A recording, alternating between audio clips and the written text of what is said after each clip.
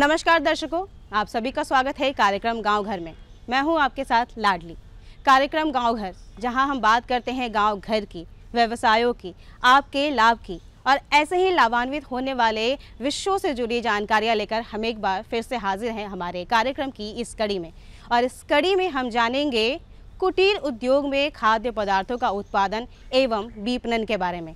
और इस विषय की जानकारी देने के लिए हमारे साथ उपस्थित हैं यहाँ पर संजय कुमार जी, जो कि ग्रामीण उद्यमी हैं पूसा समस्तीपुर से। सर, आपका बहुत बहुत स्वागत है हमारे कार्यक्रम में। सर, हम सबसे पहले ये जानना चाहेंगे कि कुटीर उद्योग क्या है, हमारे दर्शकों को विस्तार पूर्वक इसके बारे में बताएं। कुटीर उद्योग जो कहा जाता है, उन छोटी इकाइयों से जिससे उत्पादन लिया जाता है, जिसमें बहुत ज़्यादा मैन पावर की आवश्यकता नहीं, श्रमिक की आवश्यकता नहीं होती है, स्वयं भी कर सकते हैं और स्वयं के परिवार के साथ जो मिल के करते हैं, जो एक ही घर के नीचे 10 बाई के 10 कमरे के अंदर भी उत्पादन कर सकते हैं, तो उनको कुटीर उद्योग बोला गया है। इस उद्योग में श्रमिक अपना श्रम दे के और छोटा से छोटा उत्पाद का उत्पादन कर सकते हैं। तो दर्शकों, आपने जाना कि कुटीर उद्योग में खाद्य पदार्थों का जो उत्पादन है आप कम लागत में यानी कि कम निवेश में भी कर सकते हैं। तो हम जानना ये चाहेंगे सर कि कौन से ऐसे खाद्य पदार्थ हैं जिनका उत्पादन हमारे जो श्रमिक भाई हैं वो कर सकते हैं। ये जो उत्पाद है कुटीर उद्योग में, बहुत सारे उत्पाद आ सकते हैं जो स्वास्थ्य के लिए बहुत ही लाभप्रद हो सकता है। जो पहले जो ज़माने में हुआ करते थे, जो आटा से जाते वाले से चक्की से आटा का निकाला जाता था, वैसे ही अदौरी, बड़ी, तिलौरी, पापड़, अचार, जेली, जैम, स्क्वैश, हनी और बहुत सारे ऐसे खाद्य पदार्थ हैं जो स्वास्थ्य के लिए बहुत ही लाभदायक है, जो ग्रामीण क्षेत्रों से हमारे स्वरोजगारी उत्पादन को उत्पाद करके दे सकते हैं लोगों के लिए, जो स्वास्थ्य जीवन के लिए बहुत ही अच्छा होगा। तो हमने जाना है कि कई सारे खाद्य पदार्थों का उत्पादन करके हम अपने स्वास्थ्य का भी ख्याल रख सकते हैं। तो सर, हम आपसे ये जानना चाहेंगे कि इसमें श्रमिकों की भूमिका क्या होती है। बहुत सारे हमारे दर्शक हैं जो ये जानना चाहते हैं कि क्या ये जो खाद्य पदार्थ हैं जिनका उत्पादन हम करते हैं, क्या उसमें मशीनों की ही प्रमुखता होती है या फिर श्रमिक जो मानव जाति हैं उनकी प्राथमिकता होती है, ये हम जानना चाहेंगे सर।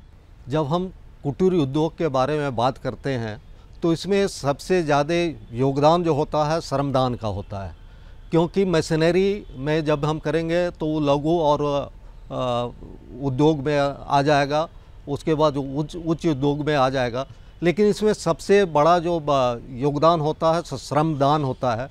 तो किसी भी उत्पादन के लिए इसमें मशीनरी की कोई ज़रूरत नहीं पड़ती है, इसको मैनुअली ही किया जा सकता है। जो घर में एक 10 बाई 10 के कमरे में लेके किसी भी उत्पाद का उत्पादन करके, जैसे अदौड़ी, बड़ी, तिलौरी, ये सब पापड़ जो बनाते हैं, उसको फिर बना के घर में बना के और उसको बाहर में जाके धूप में सुखा के सिर्फ पैकेजिंग की आवश्यकता होती है, जो मैनुअली किया जा सकता है। इसके लिए भी मशीनरी की ज़रूरत नहीं पड़ती है। लेकिन ये अगर श्रम योगी जो हैं, जो उत्पादन करने वाले हैं लोग, तो इसको अपने घर से खूब अच्छे तरह से सुचारू रूप से उत्कृष्ट उत्पादन का लेते हुए और इसको बढ़िया से पैकिंग करके मार्केट में लेके आए जा सकते हैं। आप इस खाद्य पदार्थ का उत्पादन अपने घर से ही कर सकते हैं। इसके लिए आपको बहुत सारी मशीनों की आवश्यकता बिल्कुल भी नहीं है। सर, हम आपसे जानना चाहेंगे कि जब भी हम किसी भी खाद्य पदार्थ का उत्पादन करते हैं तो उसके रख रखाव, उसकी गुणवत्ता में हम कैसे उसको मेंटेन कर सकते हैं, कैसे उसको बैलेंस कर सकते हैं सर? हाँ, हमारा जो पुराना जो नुस्खा था, जो पहले से चलता आ रहा था, जैसे हम अचार बनाते थे उसमें कोई भी प्रिजर्वेटिव नहीं डालते थे, लेकिन उसका रख रखाव उसी ढंग से किया जाता था। सूरज की रोशनी में उसको सिजाया जाता था और अच्छे तरह से उसको ढक के पैक करके रखा जाता था। लेकिन आज के युग में थोड़ा सा प्रिजर्वेटिव का भी ज़माना आ गया है, तो प्रिजर्वेटिव डालना है तो उसके लिए प्रशिक्षण की आवश्यकता होगी। तो जहाँ फूड प्रोसेसिंग का ट्रेनिंग होता है, जो बिहार सरकार के यहाँ भी होता है, खादी एवं ग्रामोद्योग आयोग भारत सरकार के द्वारा भी समय समय पर खाद्य उत्पाद के लिए प्रशिक्षण दिया जाता है, खाद्य प्रसंस्करण के लिए प्रशिक्षण दिया जाता है। तो वहाँ से अगर प्राप्त कर लेते हैं लोग, तो वो बहुत ही ज़्यादा फ़ायदेमंद होता है, क्या कि वो उसका सेल्फ लाइफ बढ़ जाएगा, किसी भी उत्पाद का सेल्फ लाइफ बढ़ जाएगा। तो उसके लिए रख रखाव के लिए बहुत ज़रूरी है कि एक 10 बाई 10 का कमरा हो जिसमें मच्छर मक्खी किसी तरह का प्रवेश ना हो, और उसका साफ सफाई पर विशेष ध्यान दिया जाना चाहिए। और दूसरा, जो पैकेजिंग करते हैं तो उसका तौल माप, उसमें मैन्युफैक्चरिंग डेट, एक्सपायरी डेट, ये सारी चीज़ें होनी चाहिए। और किस ग्रेड का है, मध्यम उच्च श्रेणी का है या सामान्य श्रेणी का है, जो FSSAI भारत सरकार के मानक द्वारा उसका पैरामीटर। और इससे पहले लोगों को क्या करना चाहिए, जो FSSAI का रजिस्ट्रेशन करवा लेना चाहिए। किसी भी खाद्य पदार्थ के लिए भारत सरकार को जो FSSAI नंबर है, रजिस्ट्रेशन करवाना अति आवश्यक है। तो दर्शकों, कम संसाधन में भी आप इस व्यवसाय को चला सकते हैं। तो चलिए हम सर से जानते हैं। सर, हम ये जानना चाहें कि हमारे ग्रामीण भाई कौन से उत्पादों का प्रयोग करके इस व्यवसाय को आगे बढ़ा सकते हैं? कौन कौन से ऐसे उत्पाद हैं जिनका प्रयोग किया जा सकता है? यहाँ ग्रामीण उद्यमियों के लिए, काहे कि ग्रामीण भाइयों और बहनों के लिए, माताओं के लिए, जो सबके लिए उपयोगी होगा, तो सबसे सिर्फ क्या करना है, जो पैकेजिंग का एक मटेरियल अपने पास लेना जो आसानी से कर सकते हैं और जिसका उत्पादन घर में आप आसानी से कर सकते हैं। एक भगोना लेके आप घर में एक छोटे रूम में, छोटे कमरे में अपने परिवार के साथ सारा उत्पादन को ला सकते हैं मार्केट में। तो उसके लिए जैसे हनी है, हनी को आप सिर्फ सिंपल फिल्टर करके और पैकिंग करके आप मार्केट में उसको ला सकते हैं। उसके लिए आपको एक नाम की आवश्यकता पड़ेगी, एक ब्रांड की आवश्यकता पड़ेगी। ये सब मार्केट में लाने से पहले एक ब्रांड का नाम आप पहले सोच लें और उसका प्राइस फिक्स कर लें और उसकी पैकेजिंग उत्तम हो उसकी व्यवस्था कर लें। दूसरा, आप आंवला उत्पाद कर सकते हैं। हनी को तो प्राकृतिक अमृत बोला गया है और दूसरा फल के नाम पर आंवला को अमृत फल बोला गया। अगर आंवला का बहुत सारा प्रोडक्ट आप बना सकते हैं, जैसे आंवला मुरब्बा हुआ, आंवला कैंडी हुआ, आंवला चटपटा हुआ, आंवला का अचार हो गया, ये सारी चीज़ें बहुत सारे हैं। आंवला का पाउडर हो गया, आंवला का सिरका हो गया, आंवला का जूस हो गया, ये सारे उत्पाद आप घर में कर सकते हैं। साथ ही इसके साथ अगर जूस में जाना चाहते हैं तो लीची के जूस का भी, आप बिहार में रहते हैं तो हमारे यहाँ का वर्ल्ड फेमस शाही लीची जूस है, तो उसका भी आप निकाल के ये कंसंट्रेट बना सकते हैं जो बाहर में जो बिकते हैं, और उसको पानी में घोल के सिर्फ बना के जगह जगह इसकी भी बहुत ज़्यादा डिमांड है। देश में नहीं, विदेशों में भी इस चीज़ों की हर एक जगह डिमांड है। तो इन सबों को आप अच्छी तरह से पैकेजिंग कर लीजिए ये घर में रख के इस उत्पाद का, और एक अच्छा नाम सेलेक्शन करके चुन के उसके ऊपर एक लेबल बना लीजिए जिसमें मैन्युफैक्चरिंग डेट होगा, एक्सपायरी डेट होगा, उसके बाद उसमें वेट होगा, ग्रेड होगा, बेस्ट बिफोर, वो सारा लिखा होना चाहिए। और उसके बाद FSSAI एक रजिस्ट्रेशन होगा तो आपका उद्योग सुचारू रूप से चालू हो जाएगा। सर, हम आपसे जानना चाहेंगे कि हमारे जो ग्रामीण भाई हैं उन्होंने खाद्य पदार्थों का उत्पादन कर लिया, अब उसकी आम भाषा में कहें तो खरीद बिक्री वो कहाँ से कर सकते हैं, इसके बारे में आप जानकारी बताएं। जब सारे उत्पाद तैयार हो गए बिक्री के लिए, पैकिंग होके जब तैयार हो गए, तो इसकी विपणन की व्यवस्था बहुत जगहों पर है। अगर आप खादी ग्राम उद्योग आयोग से अगर PMEGP स्कीम के तहत अगर आप लोन लेके शुरू करना चाहते हैं तो खादी के 3000 से 4000 आउटलेट हैं, वहाँ पर उसको खूब अच्छी तरह से अपने ब्रांड के नाम से बेच सकते हैं। फिर जगह जगह पर सरकारी बहुत सारी संस्थाएं हैं, वहाँ पर भी बेच सकते हैं और खुले मार्केट में भी आप दे सकते हैं। लेकिन मार्केट में बहुत सारी बड़ी कंपनियां हैं जहाँ कंपटीशन होता है। लेकिन आज के युग में, इस युग में सबसे ज़्यादा अब जो है ग्रामीण उत्पाद का बहुत ज़्यादा महत्व बढ़ गया है। क्या है कि ग्रामीण जो लोग हैं, ग्रामीण उद्यमी जो हैं, शुद्ध उत्पाद का उत्पादन लेके अपने मार्केट में लाते हैं और जो आज हेल्थ के प्रति जागरूक हैं उनको शुद्ध सामान की आवश्यकता होती है। तो आप डायरेक्ट भी डोर टू डोर मार्केटिंग करके आप अपने सामानों का विपणन कर सकते हैं।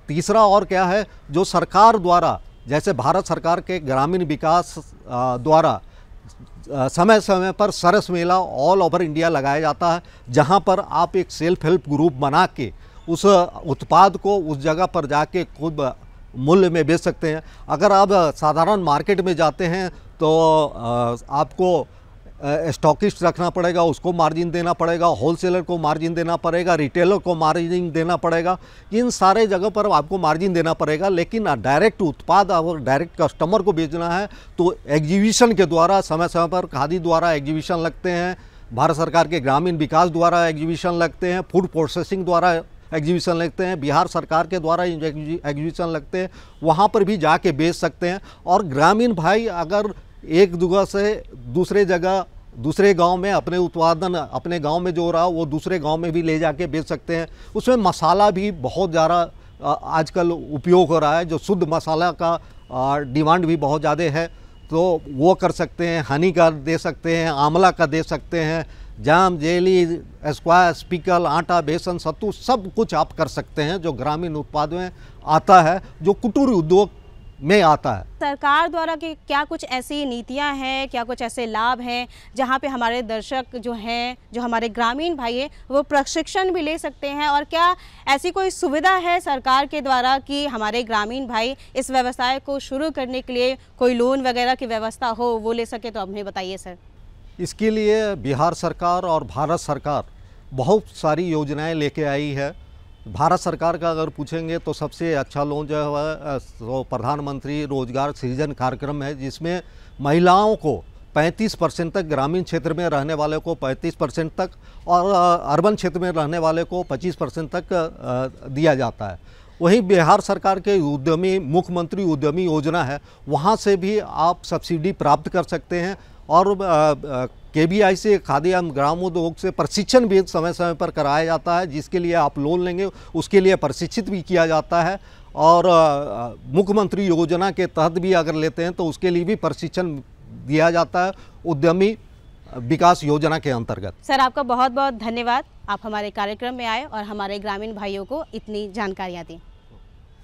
तो दर्शकों, अभी हम जानकारी ले रहे थे कुटीर उद्योग में खाद्य पदार्थों के उत्पादन के बारे में। तो आइए बढ़ते हैं हमारे अगले सेगमेंट की ओर, घरेलू नुस्खे में, जहां हम जानेंगे खुशबू फातिमा जी से कि घरेलू नुस्खे में क्या सब चीज़ों का इस्तेमाल करके हम अपने आप को स्वस्थ रख सकते हैं।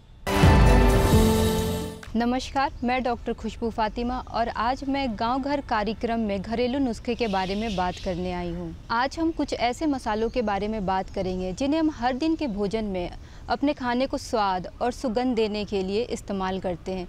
लेकिन क्या आप जानते हैं इन मसालों में छिपा है सेहत का खजाना? अगर इन मसालों को सही मात्रा में और सही तरीके से इस्तेमाल किया जाए तो इन मसालों से कई प्रकार के स्वास्थ्य लाभ भी प्राप्त किए जा सकते हैं। मेथी में एंटीऑक्सीडेंट, मिनरल्स और कई प्रकार के विटामिन्स भरपूर मात्रा में पाए जाते हैं। मेथी जो है हमारी पाचन तंत्रिका को ठीक रखता है, साथ ही साथ मेथी हाई BP और ब्लड शुगर को भी कंट्रोल करता है। मेथी जो है आप कई प्रकार से मेथी का जो है इस्तेमाल कर सकते हैं, जैसे कि आप रात को पानी में मेथी दाने को भिगो करके सुबह खाली पेट ले सकते हैं। मेथी जो हमारे बालों और हमारे स्किन के लिए भी बहुत फ़ायदेमंद है।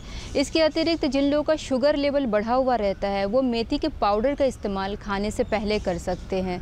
साथ ही साथ आप मेथी दाने को लड्डू बना करके, जो गर्भवती महिलाएँ हैं और या फिर जो दूध पिलाने वाली माताएं हैं, उनको मेथी के लड्डू का सेवन करना चाहिए, जिससे दूध में बढ़ोतरी होती है और शरीर को भी मजबूती मिलती है।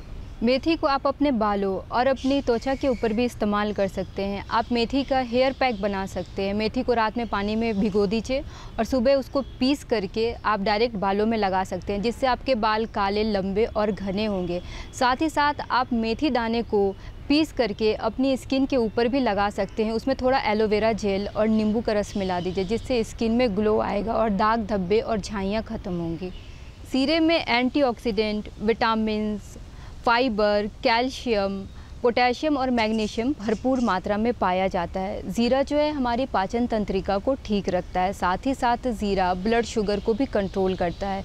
ज़ीरा कोलेस्ट्रॉल को कंट्रोल करता है। इसके अतिरिक्त ज़ीरा जो है वज़न घटाने में भी मदद करता है। साथ ही साथ ज़ीरे में एंटी एजिंग गुण भी पाए जाते हैं। आप ज़ीरे को रात में पानी में भिगो करके और सुबह उसको उबाल करके नींबू के साथ आप ज़ीरे की चाय सुबह खाली पेट ले सकते हैं, जिससे आपका वज़न भी कंट्रोल होगा और स्किन में भी चमक आएगी और पेट भी साफ रहेगा। तो दर्शकों, अभी आपने घरेलू नुस्खे देखा और जाना कि घरेलू नुस्खे का इस्तेमाल करके कैसे अपने आप को स्वस्थ रखा जाए। तो चलिए हम बढ़ते हैं हमारे अगले सेगमेंट की ओर। कैसे हम अपने आजकल के जीवन में व्यस्त बहुत ज़्यादा है और अपने स्वास्थ्य पर ध्यान नहीं रखते हैं, तो कैसे अपने स्वास्थ्य पर ध्यान रखा जाए, इसके बारे में जानकारी लेते हैं हमारे अगले सेगमेंट यानी कि योगासन आपके लिए।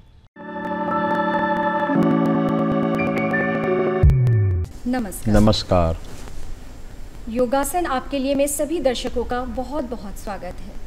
आज इस कार्यक्रम में यहाँ मौजूद हैं पतंजलि के योग आचार्य शशिधर जी। तो चलिए शशिधर जी, आज जैसा कि आज हम लोग योग के लिए यहाँ पे उपस्थित हैं, तो हमारे दर्शकों को आप योग के बारे में क्या क्या बता रहे हो और क्या क्या दिखाना चाह रहे हो उन्हें? आज की जीवन शैली, हमारी जीवन शैली ऐसी हो गई है कि हर घर में लोग गैस, कब्ज, एसिडिटी से परेशान हैं। तो हम लोग आज इसी समस्या के निदान के लिए हम लोग कुछ आसनों का अभ्यास करेंगे जो आप करके दिखाएंगी दर्शकों को, और उस आसनों को करने से हमारी जो समस्याएं हैं उनका समाधान होगा। अब धीरे से हम लोग पीठ के बल लेट जाएंगे, मरकट आसन। पीठ के बल लेट करके दोनों पैरों को आपस में सटा करके मोड़ लेंगे। एड़ी और घुटना आपस में सटा हो और दोनों हाथों को कंधे के सामने फैला देंगे इस तरीके से। अब धीरे धीरे दोनों पैर को एक साथ बाएं दिशा में ज़मीन पर झुकाएंगे और गर्दन दूसरी दिशा में। कुछ देर तक इसी अवस्था में रुकेंगे, फिर धीरे धीरे पैरों को बीच में ले आएंगे और गर्दन भी बीच में। मरकट आसन का पहला पोज। फिर धीरे धीरे पैर को दूसरी दिशा में ले जाएंगे और गर्दन उसके विपरीत दिशा में। अगर पैर दाहिने दिशा में है तो गर्दन को बाएं दिशा में ले जाएंगे। फिर धीरे धीरे पैर को मोड़ करके बीच में ले आएंगे। ये है मरकट आसन का पहला पोज। मरकट आसन करने से रीढ़ से संबंधित जितनी भी समस्याएं हैं, कमर दर्द, पीठ के दर्द में अत्यंत लाभकारी मरकट आसन। अब इसी मरकट आसन का दूसरा पोज, दोनों पैरों के बीच में फासला, 1 फीट का फासला रखेंगे और दोनों पैरों को फिर बाएं पैर को ज़मीन पे झुकाएंगे और दाहिने पैर को उसके ऊपर लाएंगे। बाएं पैर के एड़ी पे दाहिने पैर का घुटना और गर्दन दूसरी दिशा में। मरकट आसन का दूसरा पोज।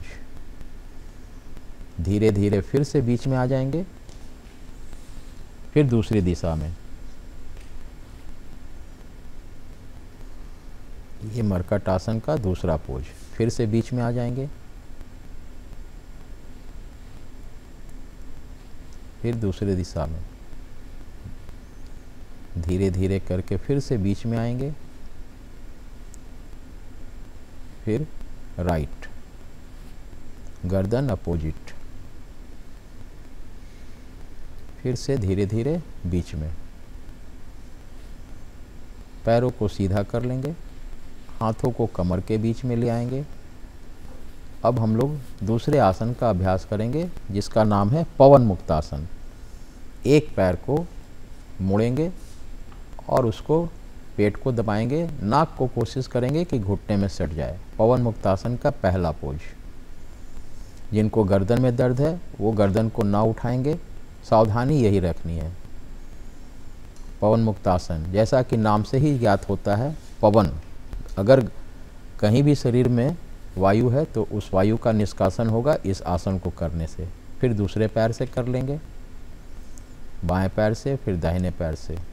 इसका नियमित अभ्यास करने से गैस, कब्ज और एसिडिटी में बहुत ही लाभ होता है। फिर दोनों पैर को एक साथ मोड़ेंगे और दोनों पैर को एक साथ दबाएंगे।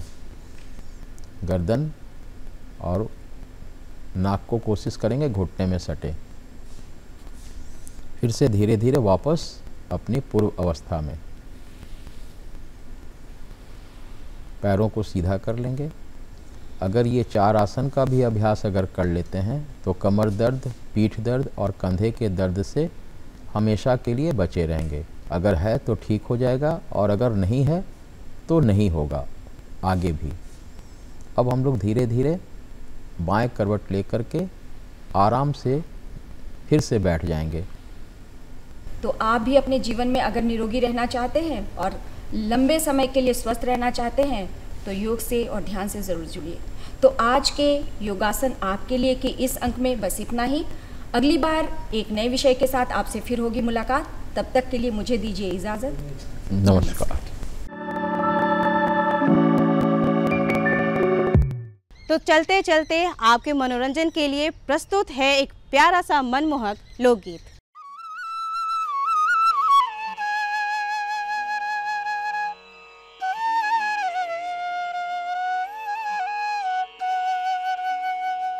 भौजी के मनाबै में भैया बिहार, छोट छोट गप में फुला लेती गाल, छोट छोट गप में फुला लेती गाल, भौजी के मनाबै में भैया बिहार, भौजी के मनाबै में भैया बिहार, ये छोट छोट गप में फुला लेती गाल, छोट छोट गप में फुला लेती गाल, भौजी के मनाबै में भैया बिहार, भौजी के मनाबै में भैया बिहार।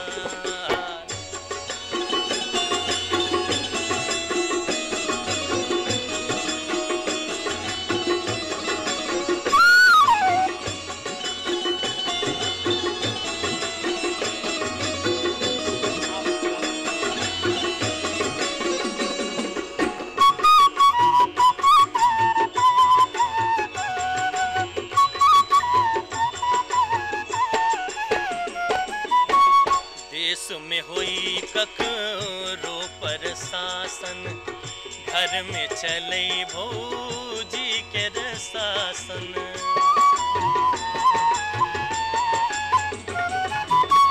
देश में होई ककरो पर शासन, घर में चले भौजी के शासन, वोटों से नहीं बदलई सरकार, वोटों से नहीं बदलई सरकार, भौजी के मनाबै में भैया बिहार, भौजी के मनाबै में भैया बिहार।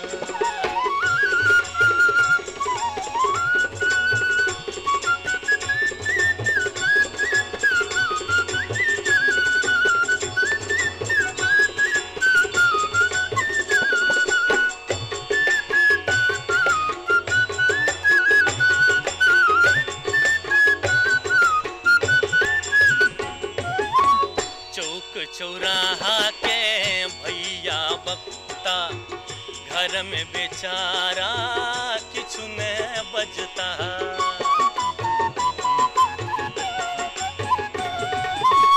चौक चौराहा के भैया बकता, घर में बेचारा किछु न बजता, भौजी छथिन किछु गरम मिजाज, भौजी छथिन किछु गरम मिजाज, भौजी के मनाबै में भैया बिहार, भौजी के मनाबै में भैया बिहार।